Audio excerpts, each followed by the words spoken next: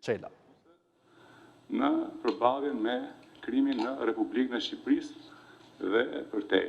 Në fakt,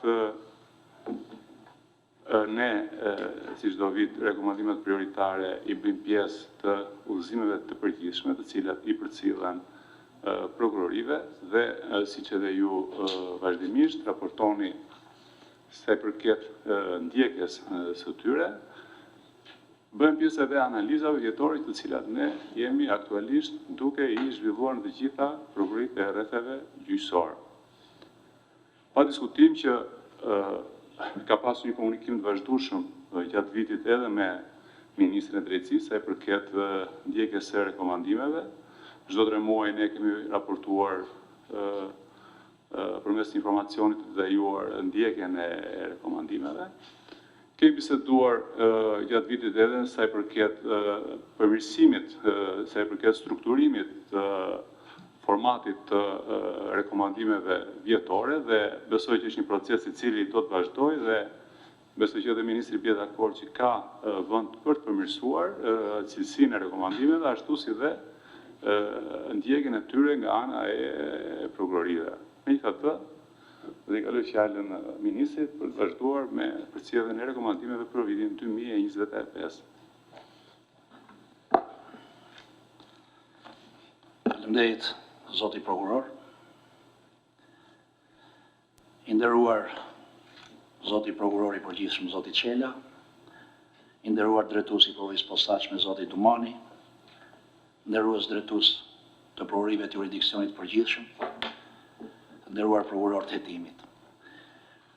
Si çdo vit, unë jam sot këtu përpara jush, në zbatim të nenit 103, ligjit 97 vitit 2016, për organizimin dhe funksionimin e prokurisë në Republikën e Shqipërisë të ndryshuar, për të paraqitur rekomandimet prioritare të Këshillit Ministrave për luftën kundër kriminalitetit për vitin 2025, të miratuara me vendimin numër 231/17/4/2025 të Këshillit Ministrave. Ky është një akt institucional me karakter orientues, i cili mishron përgjegjësinë kushtetuese të Këshillit Ministrave për të garantuar sigurinë publike në bashkëpunim me sistemin e drejtësisë penale dhe në veçanti organin e akuzës dhe në respekt të plot të pavarësisë prokurorisë. Rekomandimet janë hartuar mbi bazën e një analize të thelluar të situatës kriminale në vend, të dhënave statistikore të raportuara nga vetë organi i prokurorisë, raporteve të institucioneve ligjzbatuese, prioriteteve kombëtare dhe angazhimeve ndërkombëtare të Shqipërisë, veçanërisht në kuadër të procesit të integrimit evropian. Ato përfaqësojnë një angazhim të qeverisë shqiptare për të mbështetur një sistem drejtësie më efikas, më të drejtë dhe më të besueshëm për qytetarët. Këto nuk janë rekomandime formale, ato janë një ftesë për bashkëveprim, për koordinim më të fortë institucional, për transparencë dhe llogaridhënie më të madhe përpara publikut. Ato i drejtohen në mënyrë të posaçme prokurorëve të Republikës së Shqipërisë, si mbajtës të një funksioni të lartë publik, nga të cilët pritet përgjegjësi, profesionalizëm dhe vendosmëri. Të nderuar prokuror, rekomandimet për vitin 2025 janë të strukturuara në 8 fusha kryesore. Fusha e parë, respektimi të drejtave të njerëzit, që duhet jetë në qendër të punës prokurorisë. Kërkohet respektimi i parimit të prezumimit të pavarësisë, respektimi të drejtave procedurale të pandehurve dhe viktimave, shmangja e vonesave të pajustifikuara në hetime dhe përdorimi proporcional i masave të sigurimit. Shteti i drejtës nis nga një hetim korrekt dhe i paanshëm. Sigurisht prokuroria orientohet të promovojë përdorimin e procedurave të posaçme, si marrëveshjet për pranimin e fajësisë dhe gjykimet e shkurtuara, veçanërisht për të miturit dhe rastet ku ndëshkimi mund të jepet nëpërmjet alternativave efektive ndaj burgimit. Fusha e dytë është forcimi i luftës kundër kriminalitetit. Në funksion të kësaj shtylle, kërkohet rritja e hetimeve të nisura kryesisht, ndjekje penale efektive për korrupsionin veçanërisht nivelet larta dhe hetime financiare për pasuri me origjinë kriminale. Duhet forcuar bashkëpunimin ndërkombëtar, veçanërisht në luftën kundër trafikimit të narkotikëve dhe krimit organizuar. Orientohet krijimi i njësive të specializuara për krimin kibernetik si një nevojë strategjike e luftës kundër krimit organizuar. Fusha e tretë është integriteti, transparenca dhe përgjegjësia. Prokuroria duhet forcoj mekanizmat për kontrollin e brendshëm dhe llogaridhënien përtej procesit betimit. Duhet trajtuar seriozisht çdo ankesë për sjellje të papërshtatshme dhe të rritë transparenca për qytetarët.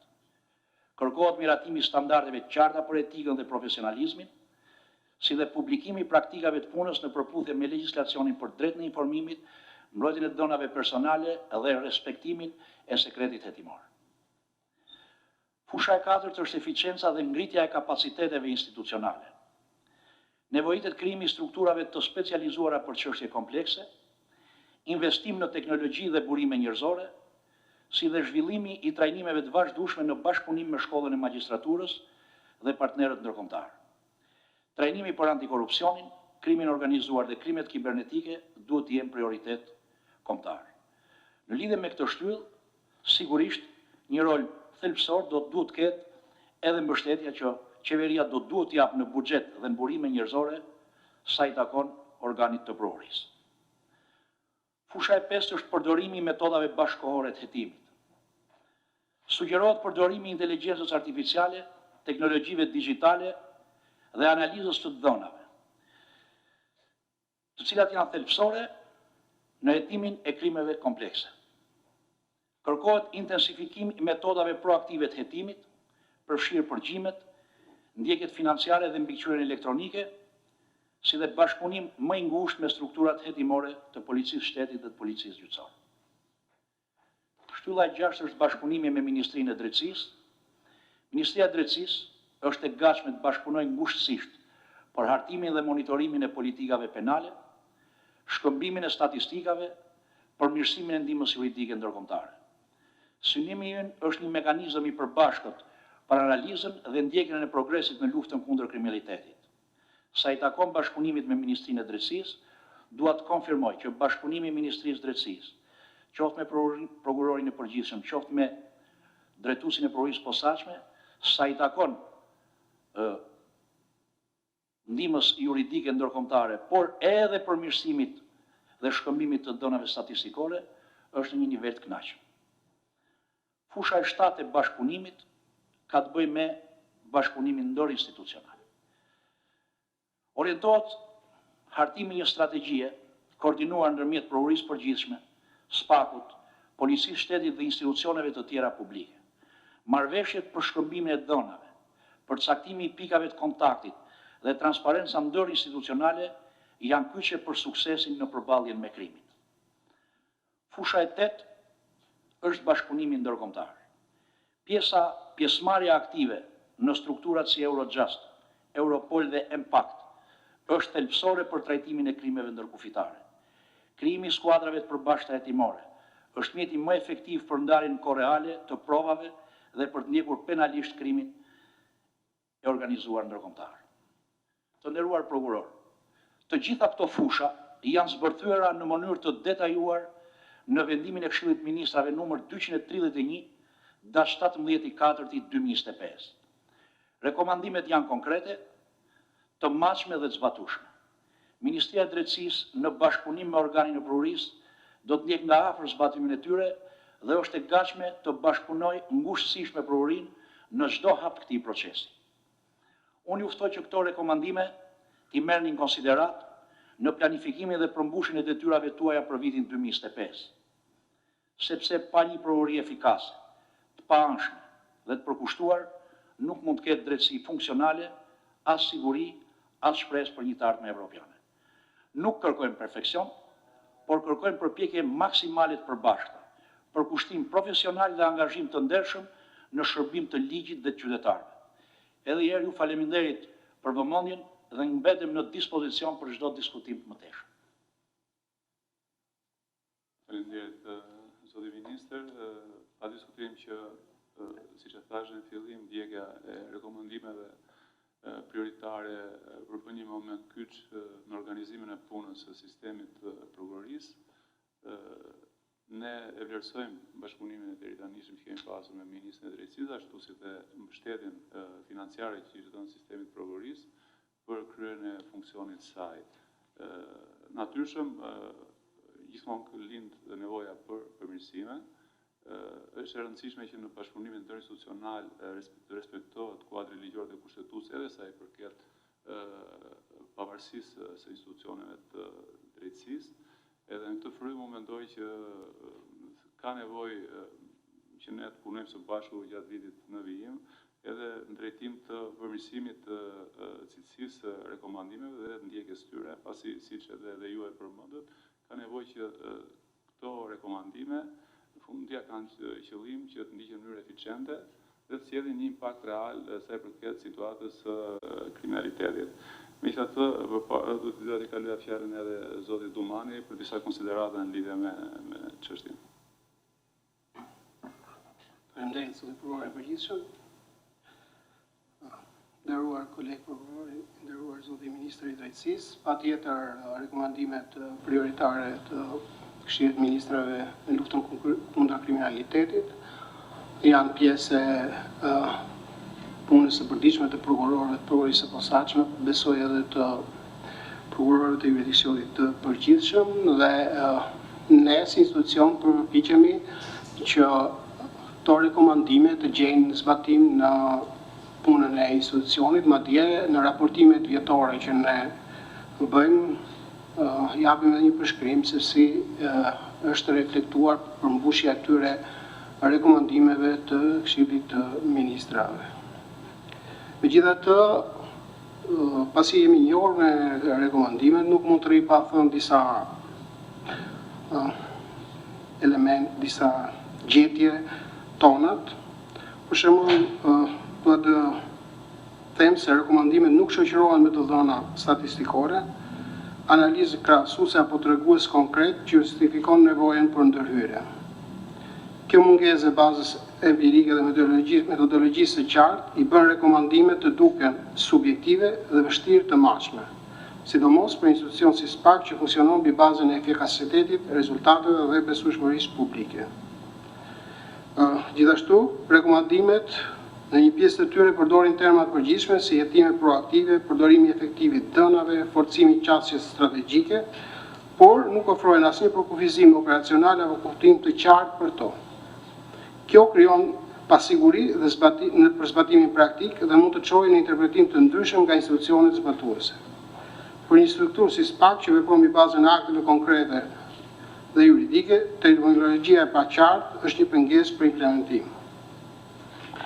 Një rekomandim tjetër që shikohet, megjithëse në vlerësimin e institucionit tonë kjo nuk ka të bëjë me prioritetet në luftën kundër kriminalitetit, por është ajo që ju e thoni në rekomandimet tuaja, nevojë për respektim të mekanizmave ekzistues të kontrollit. Rekomandohet forcim mekanizmash të brendshëm të kontrollit.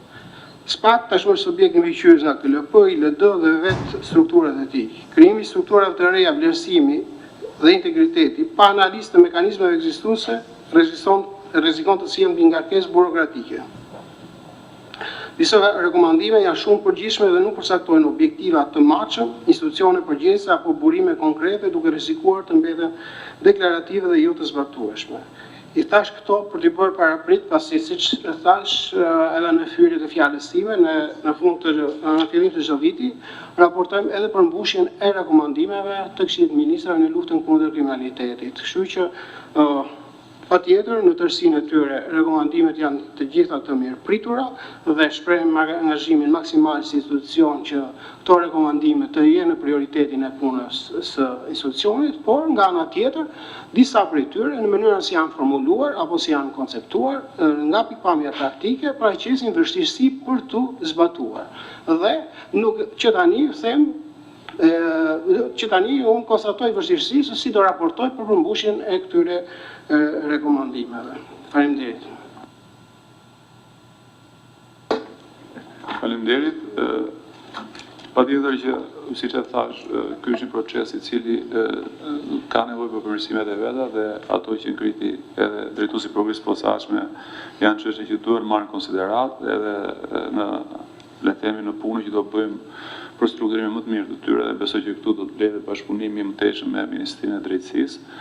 Megjithatë, rëndësishëm për ndjekjen e rekomandimeve do të jetë sidomos për prokurorin e eduksionit të përgjithshëm plotësimi organikave, ngritja e seksioneve të posaçme, njësive specializuara kërkon njerëz, pasi ende ne kemi 35% të mungesave në organik, kështu që le të themi kjo relativizon shumë mundësinë e ndjekjes së rekomandimeve dhe e dyta që unë doja ta ngreja dhe le të themi të mbetet nga dita e sotme zoti ministër, është një çështje që ka të bëjë me infrastrukturën, sidomos me prokurorinë e rrethit gjyqësor Tiranë dhe me gjykatën e këtij rrethi. Është një çështje urgjente, ne kemi komunikim institucional, por shpresoj në vijimin e përpjekjeve për gjetjen e një zgjidhje, pasi në fakt arritja le të themi cilësia në ndjekjen e hetimeve, ku janë patjetër përfshira edhe ndjekja e rekomandimeve të Këshillit të Ministrave, lidhet me sigurimin e kushteve të punës për prokurorët dhe gjyqtarët. Ky është si konsiderat, nuk e di nëse doni të thoni diçka të fundit përpara se ta mbyllim. Faleminderit zoti prokuror.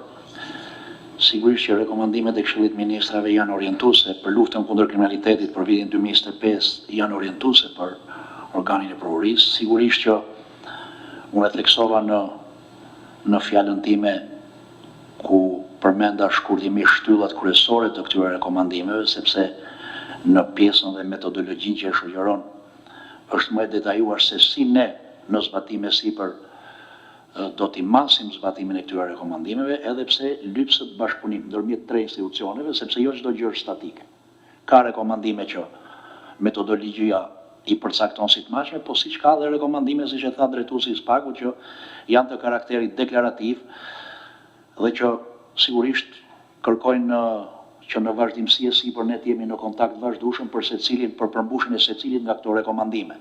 E rëndësishme në qëllim është që të kemi një prokurori efektive në luftën kundër kriminalitetit dhe të kemi një prokurori që i përgjigjet në kohë reale dinamikave të ndjekjes penale dhe hetimit, dhe një prokurori që dita ditës fiton besimin e qytetarëve dhe të publikut. Dhe këtu bjem plotësisht dakord